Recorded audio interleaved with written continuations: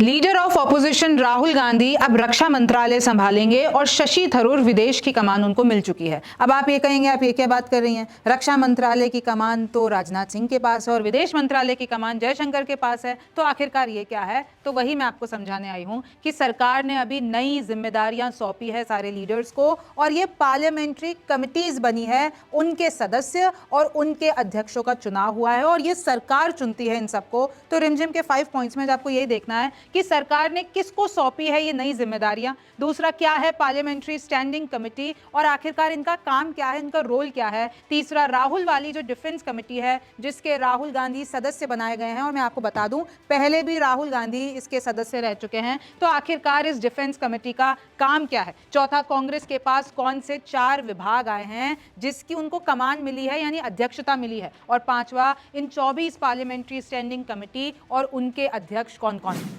नमस्ते, मेरा नाम रिमझिम जेठानी है और आप रिमझिम के 5 पॉइंट्स देख रहे हैं। सबसे पहले मैं आपको यही बता देती हूं कि सरकार ने किसे सौंपी है नई जिम्मेदारियां। तो देखिए, आपको पता है कि संसद हर वक्त काम नहीं करती है, तो हमारे पास हमारे संविधान में 24 डिपार्टमेंटल पार्लियामेंट्री स्टैंडिंग कमेटी है जिसका गठन हो चुका है। हर कमेटी में लोकसभा राज्यसभा के सदस्य शामिल होते हैं। राहुल किसके रक्षा मामलों की स्टैंडिंग कमेटी के सदस्य बनाए गए हैं। कांग्रेस को 4 कमेटियों की अध्यक्षता दी गई है। इसमें अगर मैं बीजेपी की बात करती हूँ तो देखिए, कांग्रेस को 4 मिली है, बीजेपी को 11 मिली है, और इसमें मोस्टली जो ये देखिए आप होम डिपार्टमेंट हो गए और जितने भी कम्युनिकेशन आईटी सारे डिपार्टमेंट वो भाजपा के पास है। टीएमसी डीएमके को 2-2 कमेटी की अध्यक्षता मिली है। जेडीयू टीडीपी जो कि साथी हैं किसके, एनडीए सरकार में, उनको 1-1 मिली है। एसपी यानी समाजवादी पार्टी, शिवसेना यानी एकनाथ शिंदे की पार्टी, एनसीपी यानी अजीत पवार की पार्टी, इन सबको 1-1 समिति की अध्यक्षता मिली है। सोनिया गांधी को इस बार किसी भी कमेटी में जगह नहीं मिली है और शशि थरूर को एक्सटर्नल अफेयर्स की कमान दी गई। और आपको पता है कि पहले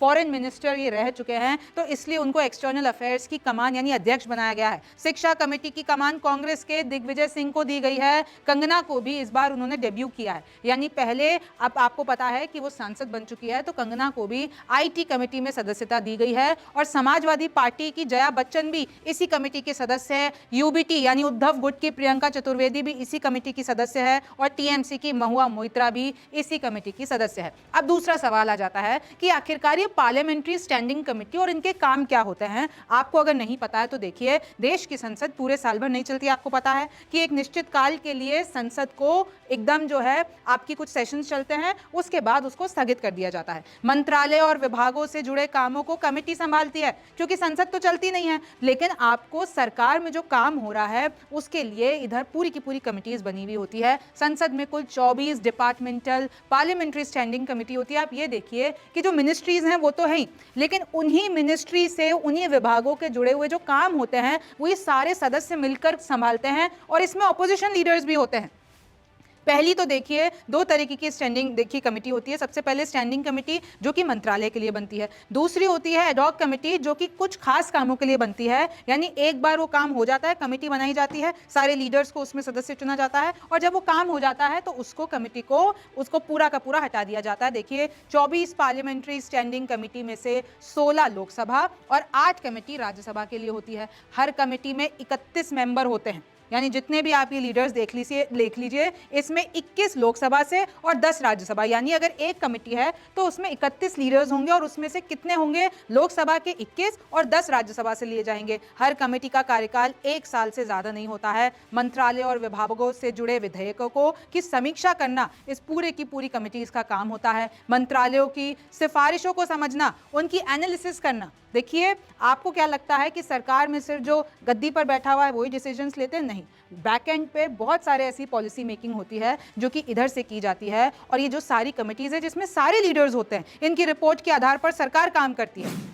अब तीसरा है कि आखिरकार राहुल गांधी जिस कमेटी के सदस्य है जो कि है रक्षा मंत्रालय से जुड़ी हुई यानी डिफेंस कमेटी है, उसका आखिरकार क्या काम है। तो देखिए, इस कमेटी के 4 प्रमुख काम हैं। सबसे पहला तो देखिए, राहुल गांधी सदस्य बन गए हैं और ये पहले भी इसी कमेटी के सदस्य रह चुके हैं, और आपने अक्सर देखा होगा कि कैसे जब भी कोई रक्षा मंत्रालय से जुड़ी हुई ऐसी कोई भी अपडेट होती है तो वो डायरेक्ट क्योंकि वो उसी कमेटी के सदस्य हैं, तो उनको पता चलता रहता है कि आखिरकार रक्षा विभाग में क्या हो रहा है। तो आपने अक्सर देखा होगा कि राजनाथ सिंह से उनकी कई बार स्पैट हो चुकी है और अग्निवीर वाले मुद्दे पर राहुल गांधी ने उस मुद्दे को बहुत बढ़ चढ़कर उठाया और अभी तक भी उठा रहे हैं। तो इस कदर देखिए, समय समय पर रक्षा मंत्रालय की मांगों पर विचार करना वो इस कमेटी का काम होता है जिसके राहुल गांधी सदस्य हैं। उसकी रिपोर्ट तैयार करना और संसद में पेश करना, रक्षा मंत्रालय से जुड़े विधेयक की जांच और अध्ययन करना, अपने विचार रखना, रक्षा मंत्रालय की वार्षिक रिपोर्ट पर विचार करना और फिर अपने ओपिनियंस भी देना कि इसको कैसे बेहतर किया जा सकता है। नेशनल पॉलिसी के दस्तावेजों को विचार कर सदन में पेश करना, एक निश्चित अवधि के लिए सदन होता है स्थगित, ये आप सबको पता है।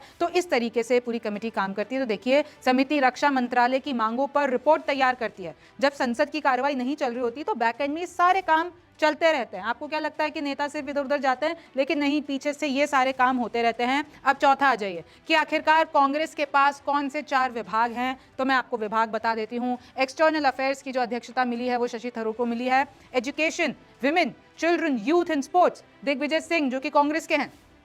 Agriculture, animal husbandry and food processing मिली है चरणजीत चन्नी को। और देखिए, रूरल एंड पंचायती राज मिला है सप्तगिरी शंकर उलाका को। तो देखिए, ये 4 बड़े जो कमेटी की अध्यक्षता है वो कांग्रेस को मिली है। अब मैं जल्दी से आपको बता देती हूं कि 24 पार्लियामेंट्री स्टैंडिंग कमेटी और उनके अध्यक्ष कौन कौन हैं। तो देखिए, जो कॉमर्स से रिलेटेड है वो Dola Sen, education, women, youth and sports Digvijaya Singh, मैं आपको बता चुकी हूं। Health and family welfare Ram Gopal Yadav, home affairs Radha Mohan Das, और आगे बढ़ते हैं इंडस्ट्री से रिलेटेड तो तिरुचि सिवा होम अफेयर्स दिला है राधा मोहन दास अग्रवाल को। Personal public grievances law and justice Brijlal को। Science and technology Bhubaneswar Kalita को। ट्रांसपोर्ट, टूरिज्म और कल्चर संजय कुमार झा को। Agriculture, animal husbandry Charanjit Singh Channi, मैं आपको बता चुकी हूँ। Chemical and fertilizer Kirti Azad को मिला है। Coal, mines and steel Anurag Singh Thakur को मिला है। साथ में मैं तस्वीरें भी बता रही हूँ। Communications and IT Nishikant Dubey. Consumer affairs, food and public distribution के कनिमोजी। आगे बढ़ते हैं डिफेंस राधा मोहन सिंह, और ये डिफेंस के जो अध्यक्ष हैं वो बीजेपी के राधा मोहन सिंह है और इसी के सदस्य राहुल गांधी भी। एनर्जी अप्पा चंदू बारने। एक्सटर्नल अफेयर्स शशि थरूर, मैं आपको बता चुकी हूँ। फाइनेंस मिला है भृतहरि मेहताब को। हाउसिंग एंड अर्बन अफेयर्स मिला है मंगुता श्रीनिवासलू रेड्डी को। Labour, textile and skill development मिला है बसवराज बोमई को।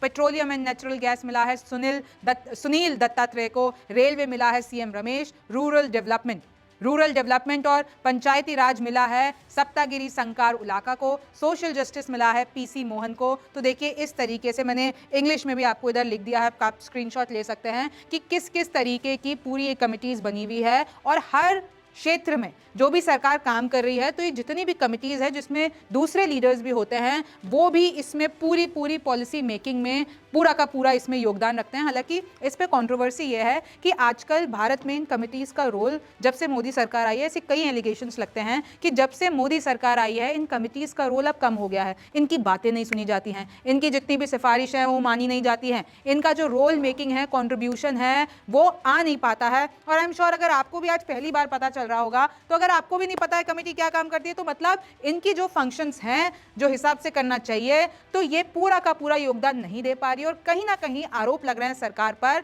कि सरकार अपनी मनमानी कर रही है और ये जितनी भी कमिटीज है, ये जितना भी सब कुछ है, वो सिर्फ फॉर्मेलिटी के लिए हो रखा है। मैं आपको इसमें एक इंटरेस्टिंग बात और बता दूंगी कि शो खत्म करूं उससे पहले मैं बता देती हूं कि देखिए, हमारे इधर कमिटीज होती है ताकि एक विभाग में जितना भी सारा काम चल रहा है तो वो सिर्फ वो सबके योगदान से हो। लेकिन अगर मैं आपको यूके के प्रोसेस के बारे में बताती हूँ, यूनाइटेड किंगडम, उधर एक शैडो कैबिनेट होता है जो कि पूरा ऑपोजिशन की तरफ से बनाया जाता है। इस पे मैं कभी आपको शो करके अच्छे से भी बताऊंगी, लेकिन आज सिर्फ ब्रीफ में बता देती हूँ कि सरकार अपना काम करती है, सरकार के पास पूरी कैबिनेट होती है।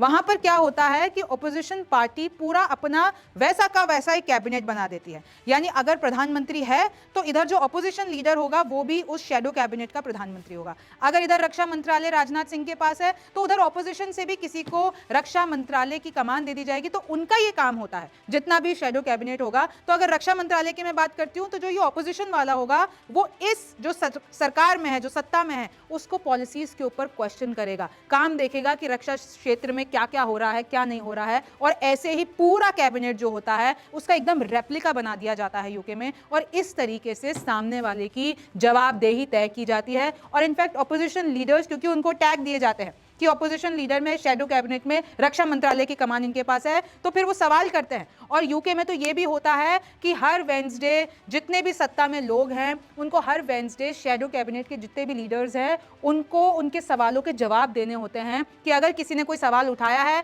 तो उधर जो भी सत्ता में बैठा है उनको आके जवाब देना पड़ेगा। ये बाहर ऐसा चलता है पूरा प्रोसेस।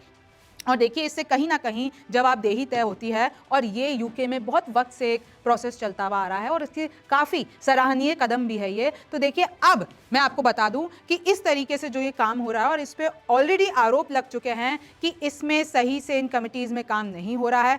आप इसके बारे में क्या सोचते हैं मुझे ज़रूर बताइए। आप रिमझिम के 5 पॉइंट्स देख रहे थे, न्यूज़ 24 देख रहे थे। मैं हूँ रिमझिम जेठानी, आपसे फिर मुलाकात होगी।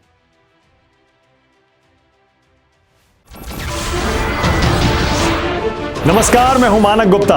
अगर आपको हमारा ये वीडियो पसंद आया हो तो इसे लाइक और शेयर जरूर करें और हां, हमें सब्सक्राइब और फॉलो करना ना भूलें ताकि आप देश और दुनिया की कोई खबर मिस ना करें। तो जुड़े रहिए हमारे साथ और देखते रहिए न्यूज़